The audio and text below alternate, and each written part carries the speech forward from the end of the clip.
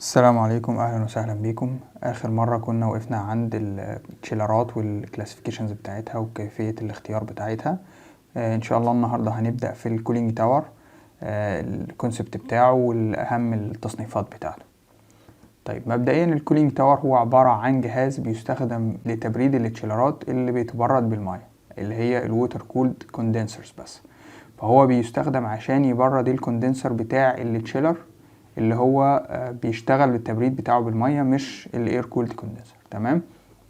طيب الفكره ببساطه ان هو الميه بتيجي هنا من الكوندنسر سخنه عند درجه حراره 35، تبدا تطلع تنزل هنا، ترجع ساقعه على ترجع للكوندنسر تاني. طيب ايه اللي بيحصل عشان يسقعها، او ايه البروسيس اللي بتحصل جوه؟ البروسيس اللي بتحصل جوه هي كونسبت بسيط جدا اسمه الايفابوريتيف كولينج، بمعنى ان انا عندي جزء من المية بيتبخر، والتبخير ده بيصاحبه معدلات انتقال درجة حرارة عالية جدا، فبالتالي الجزء اللي بيتبخر ده بيسحب الحرارة من الجزء الباقي ويبرده. فبالتالي انا بدخل مية من فوق، بدخلها برميها بسبراي من فوق كده. السبراي ده يبدأ ينزل على الفيلينج ده. الفيلينج ده بيبقى عبارة عن ماتيريال كده، كاوتش او حاجة تزود لي الكونتاكت سيرفيس.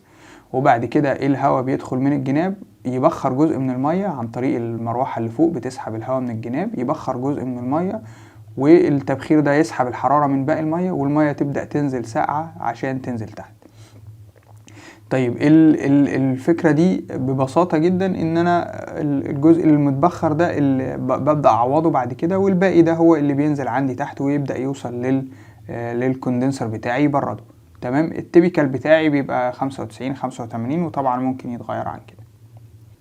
طيب دلوقتي هنشوف الفيديو ده بيوضح الشكل بتاع البروسيس اللي بتحصل في الكولينج تاور. ده شكل كولينج تاور من انتاج شركة ايفابكو. تمام. زي ما احنا شايفين اللي من فوق ده المية السخنة جاية من فوق. تمام. هتبدأ تخش وتتوزع،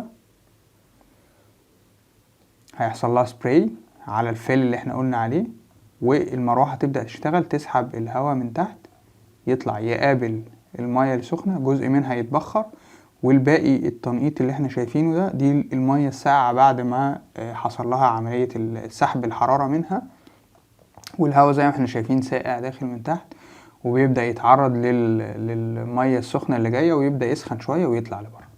وتحت هنا بيتجمع الهواء الساقع المية السخنة بتاعتي، وتبدأ ترجع تاني للكوندنسر. فهنا جاي من الكوندنسر، وهنا راجع للكوندنسر ساقع. ان شاء الله المرة الجاية نشوف اهم الاختلافات ما بينهم واهم التصنيفات اللي احنا بنستخدمها في الكولينج تاور.